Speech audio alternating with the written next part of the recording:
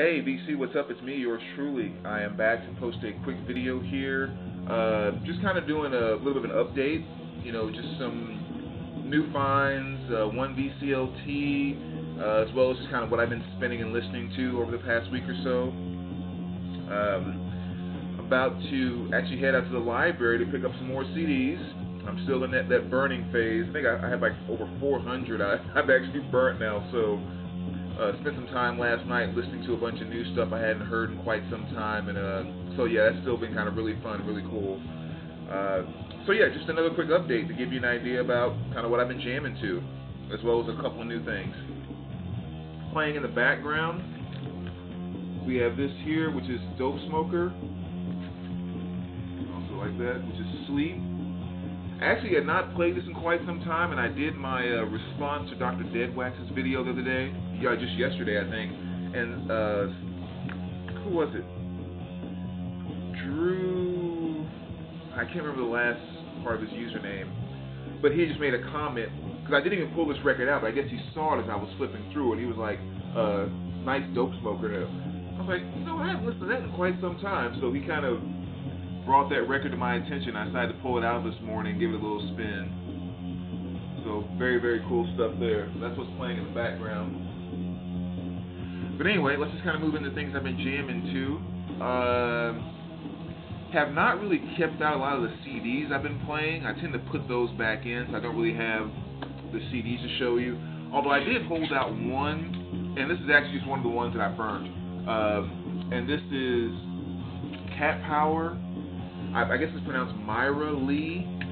CD I had never heard by her before, and I burnt it about a week or so ago, and actually sat down and listened to it last night. And I listened to a bunch of the ones that I burned that, again, I had no clue about. But really wanted to hold this one out because I was extremely impressed by this CD. I had never heard it before, and so it's probably definitely one I'll be seeking to get, an actual copy of. But really good stuff, kind of a great combination between melodic's not the word I'm looking for, but very kind of a rough coffee house. I mean, I don't know if that even makes sense to you. It makes total sense in my mind, but with kind of not heavy guitar riffs, but very kind of riffy grooves as opposed to Flower Child type groove. I don't know. It's a lot of different emotions that kind of came about when I was listening to it, but I just kind of held out that one because I was just very, very impressed by that CD. So if you've never heard Cat Power, Myra Lee, definitely a great one to check out. That's one I'm sort of going to have to get the actual CD copy of. But anyway, kind of moving along to the vinyl. This was a nice VCLT piece, which was John Coltrane and Johnny Hartman. One that I've been needing to add to my Coltrane collection. So that was very cool.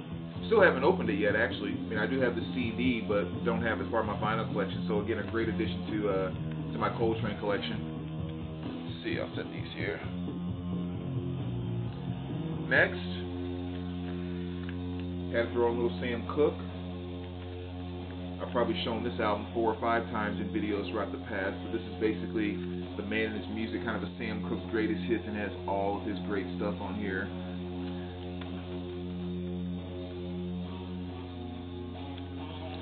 Probably shouldn't be showing this one because it's actually one I thought about using for album of the week, but this is The Outfield, Voices of Babylon, and again, this is an album I have not been able to stop playing probably over the past 2 weeks or so. Somehow I stumbled across the song My Paradise a couple weeks ago, and I just have not been able to stop playing that song in this album. Absolutely great. Even watching the video on YouTube, I know I've watched it at least 6, 7, 8 times plus. I mean, I don't know. Sometimes a song just catches you at the right time. REO Speedwagon, The Hits. Had to give that a spin too. Don't Let Him Go. I kind of get urges to listen to that song every now and then. The Styx. Equinox. I was in a record store a little while ago, and they were playing this actually. And I can't remember which track it was, but it was one that I wasn't as familiar with. and the thing was kind of rocking. I'm like, holy cow, who is that? And I went and looked. I'm like, the Styx? So you know, I had to come home and give that album a spin. So it's always, you know, it's always cool to kind of rediscover music that you just kind of, you know, forgotten about. R.L. Burnside, got a little blues mood, and you know, the song "Let My Baby Ride." I never get tired of listening to that, so I had to give that a spin. Jermaine Jackson, that's one you don't see too often in the DC. This is, I think, self-titled. Yeah, this is a self-titled album. Best song on here, without question, is "Tell Me I'm Not Dreaming," which is a duet he did with Michael Jackson. And I don't know, I mean, the Jackson brothers / Jackson family, maybe with the exception of Janet, she might be the only one to get away with this, but I think it's always a bad idea when they do duets with Michael Jackson on anything. It's just one of those things where, I mean, Michael can make their song a hit, but then it also just kind of shows how he's all the talent. And I think "Tell Me I'm Not Dreaming" is a perfect example, because it's a very cool kind of 80s R&B dance type song, and the first verse, Jermaine Jackson does it, and it sounds just like a, you know, a regular decent 80s R&B song. But then when Michael Jackson comes in and does the second verse, you're like, holy cow, that could have been a smash hit. And it's no different, it's the exact same song. It's just when it comes to Michael's vocal delivery, he can just take any average song and make it an absolute hit. And I don't know, it just always shows so much whenever there's any type of collaboration with Michael Jackson and any member of his family. Like I said, with the exception of Janet, she's probably the one that can hold her own with Michael and doing duets. But still, I mean, love Jermaine. That's no knock on him whatsoever. I mean, we are talking about Michael Jackson, so. But good old school album there. I kind of stayed in that old school mode, pulled out a little Cameo. You guys know I've spoke about this group quite a few times. This is Alligator Woman. Awesome 80s R&B there. Billy Idol, Rebel Yell. Had to go back to some old grade school flashbacks. Remember, this is the first album, or cassette, but first album I ever bought out of a store back in 5th grade or 6th grade? 5th grade. So this album definitely means a lot to me. Every single song from front to back, absolutely great. The Earons.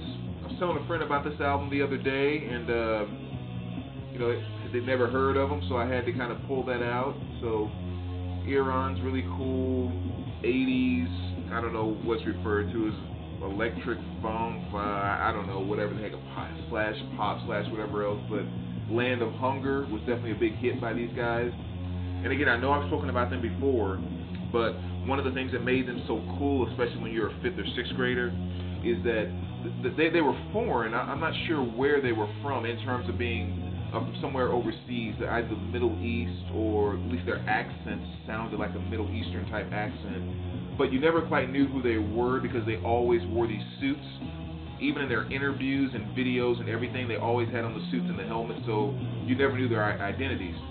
So like I said, when they did interviews, you could tell they kind of had a Middle Eastern or African type accent. And you know, that was just always something that's really cool as a kid. I know I've kind of told that story before. Their names they went by were simply the little numbers they had on their suits.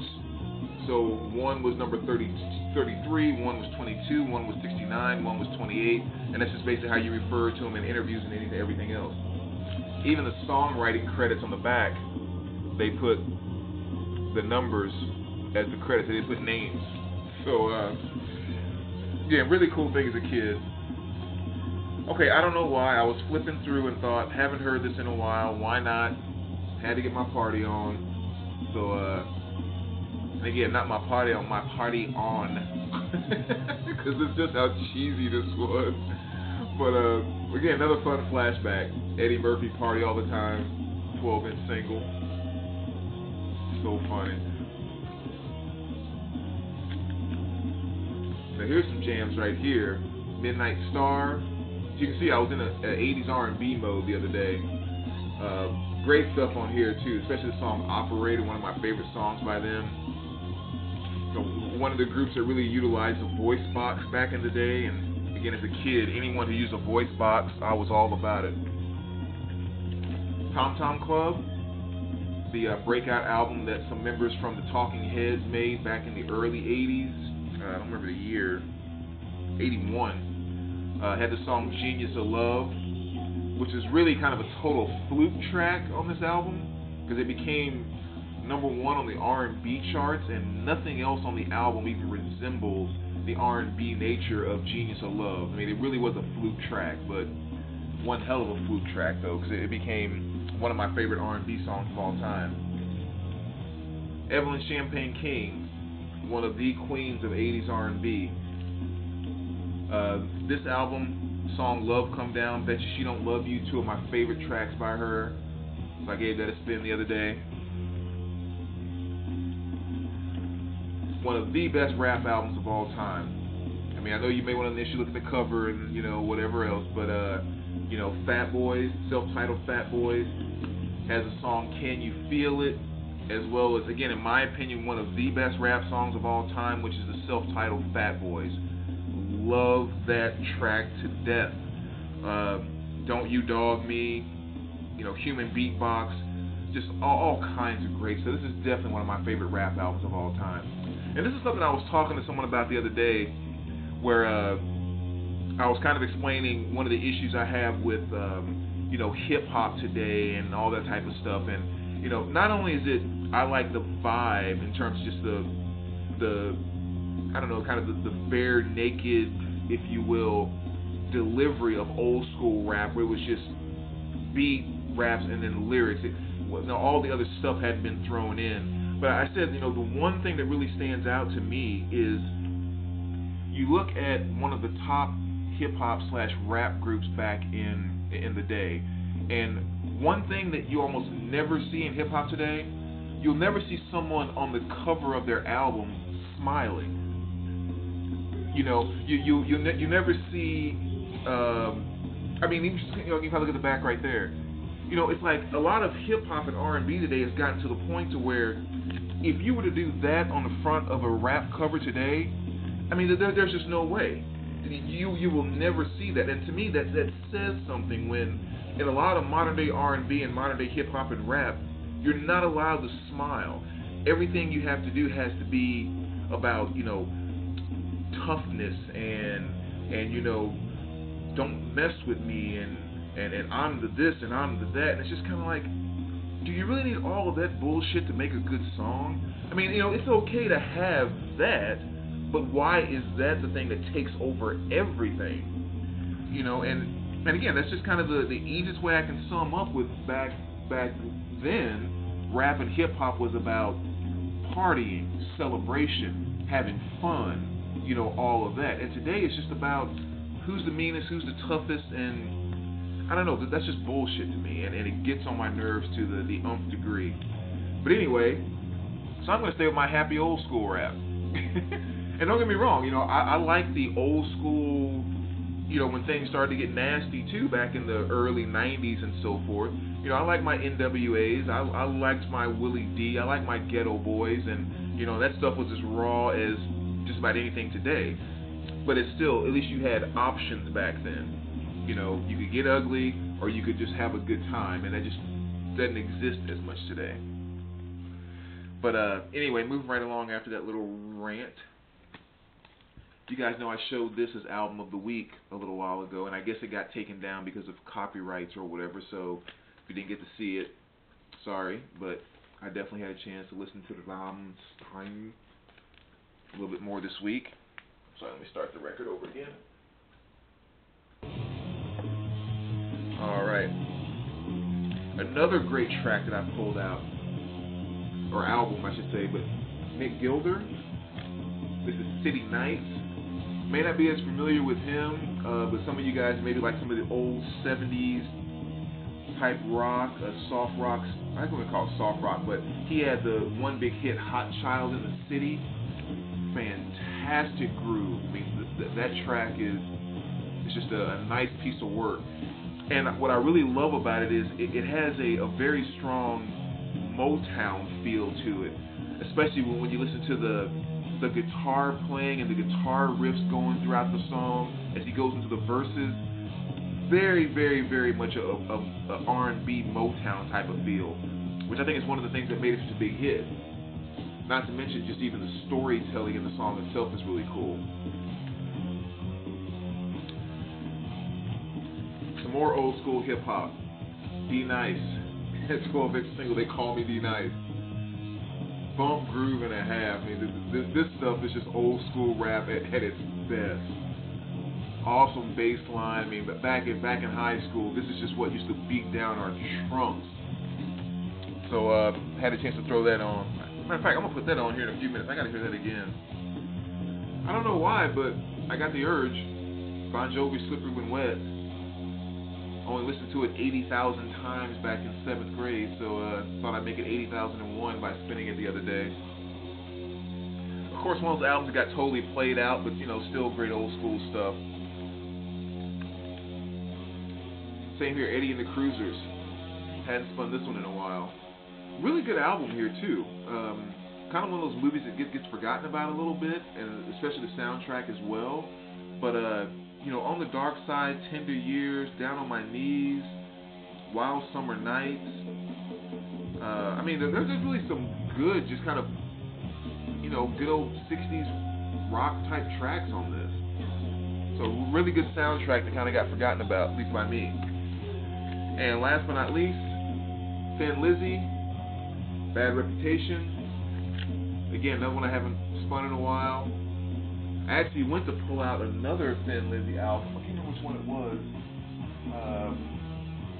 But anyways, I was kind of flipping through and I saw this one. I was like, I haven't listened to this one probably since I bought it, which is at least a good year and a half ago. I listened to it once or twice, but hadn't pulled it out since. So, you know, not 100% their best work, but at the same time, pretty much every song on this album is a pretty decent song.